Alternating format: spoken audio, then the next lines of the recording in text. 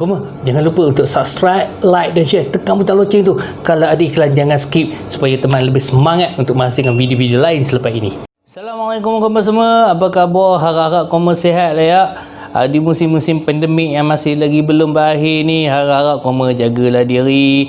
Kalau keluar tu pakailah mask untuk mengelakkan koma daripada yang terutamanya kita menjaga diri kita daripada terkena sebarang penyakit. Dan juga mengelakkan daripada diri kita daripada dikenakan sebarang kompaun akibat tidak mematuhi peraturan yang telah ditetapkan.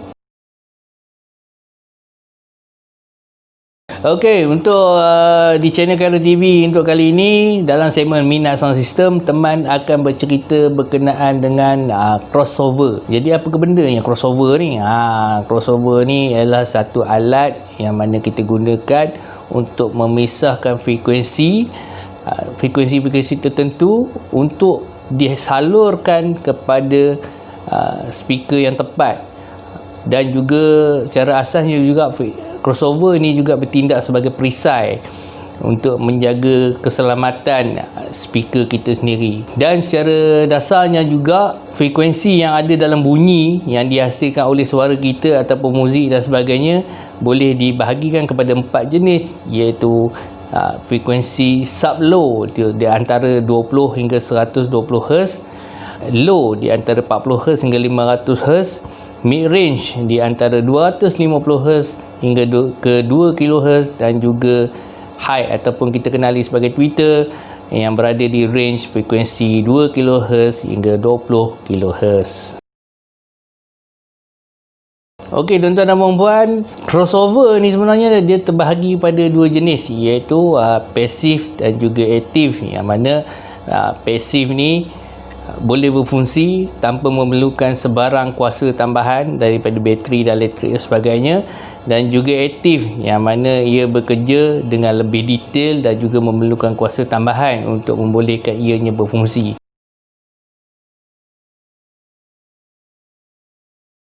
Okey, mari kita lihat berkenaan dengan passive crossover.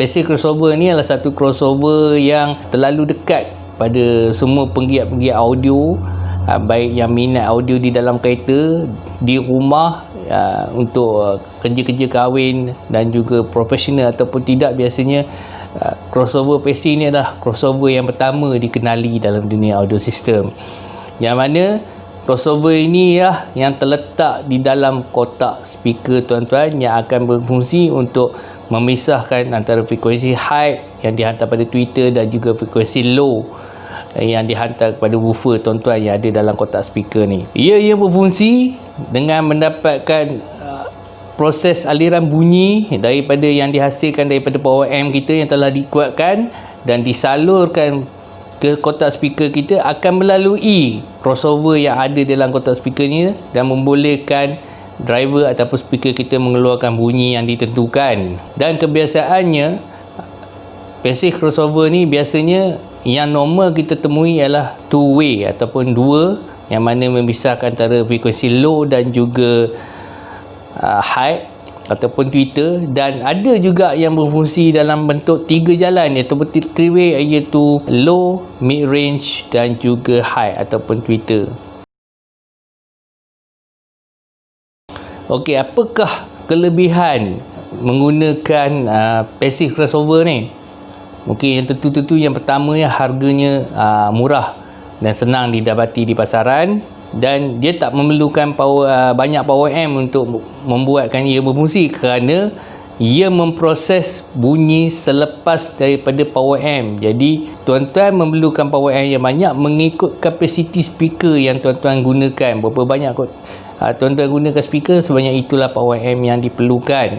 Tapi dalam pada itu, passive crossover ni ada juga kekurangannya, kerana crossover passive ni terdiri daripada resistor, coil dan juga kapasitor. Kadang-kadang berlaku kita telah menghantar signal daripada power amp ke speaker kita pada tahap maksimum, tetapi kadang-kadang berlaku masalah drop ataupun pengurangan bunyi akibat daripada komponen resistor dan juga coil yang telah di-groundingkan yang terdapat pada passive crossover tuan-tuan. Jadi tuan-tuan jangan pelik, kadang-kala kepada orang yang suka membuat sendiri kotak speaker, dia membuat sendiri kotak speaker, selepas itu dia cari driver ataupun speaker low driver ataupun sub low driver, high driver dan sebagainya, dia cari sendiri. Kadang-kadang apabila dipadankan dengan crossover passive tersebut,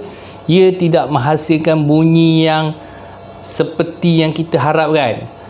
Jadi kadang-kadang Commer perlu mencari berkali-kali, try and error untuk mendapatkan crossover yang tepat untuk membolehkan driver atau speaker tuan-tuan berfungsi pada tahap maksimum. Itu antara kekurangan passive crossover.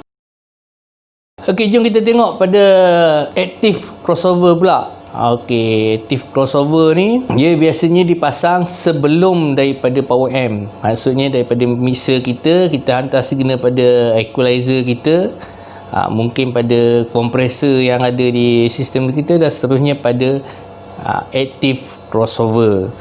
Dan daripada active crossover ni kita akan pisahkan signal-signalnya ke power amp mengikut signal-signal tertentu atau frekuensi-frekuensi tertentu yang kita nak gunakan. Apakah kelebihan daripada active crossover ni? Okey, antara yang pertamanya, kelebihannya dia dapat memproses frekuensi pada lebih tepat, kerana di dalam active crossover ni dia bukan sekadar komponen elektronik, tapi dia digabung dengan software yang mengawal sistem active crossover tersebut. Crossover itu sendiri yang memproses untuk menghasilkan bunyi. Di dalamnya biasanya active crossover ni dia turut diterapkan ataupun dimasukkan juga aplikasi seperti equalizer, kompresor dan sebagainya di dalam kita punya active crossover ni. Okay, apakah kekurangannya? Yang pertama, yang pastinya harganya lebih mahal daripada passive crossover. Banyak power amp yang perlu kita gunakan, kerana setiap frekuensi yang dihasilkan daripada output daripada active crossover kita perlu hantar pada power amp yang berasingan. Contohnya kalau tuan-tuan dan puan-puan gunakan active crossover two-way, bermakna di sini tuan-tuan perlukan 2 power amp untuk membolehkan speaker tuan-tuan berfungsi pada tahap yang baik. Sekiranya tuan-tuan menjalankan 3-way system, maknanya tuan-tuan perlukan juga 3 power amp, ataupun tuan-tuan menjalankan 4 ataupun 4-way system. 4-way system juga tuan-tuan memerlukan 4 power amp secara asasnya untuk membolehkan sistem tuan-tuan berfungsi dengan baik. Dan active crossover ni juga terbahagi pada 2 model lah. Ada yang analog dan juga ada yang digital. Perbezaannya, analog telah ditetapkan pada range frekuensi tertentu pada outputnya. Bagi digital pula, tuan-tuan boleh mengatur mengikut software yang diberikan outputnya apa yang tuan-tuan nak buat. Okey, cukup setakat ini dulu untuk part yang pertama. Untuk yang kedua nanti teman akan ceritakan apa yang kita boleh buat dengan active crossover ni. Sistem apa yang kita boleh jalankan. Sebab nak cerita pasal passive crossover, passive crossover ni crossover yang paling simple sekali. Jadi kita boleh jumpa di mana-mana, kita tak perlu setting apa-apa, sebab dia telah ditetapkan mengikut komponen yang telah dipasang pada crossover tersebut. Berbanding dengan active crossover yang kita dibenarkan untuk mengatur frekuensi apa yang kita nak keluarkan pada speaker. Okey, jumpa lagi di lain kali, InsyaAllah. Assalamualaikum.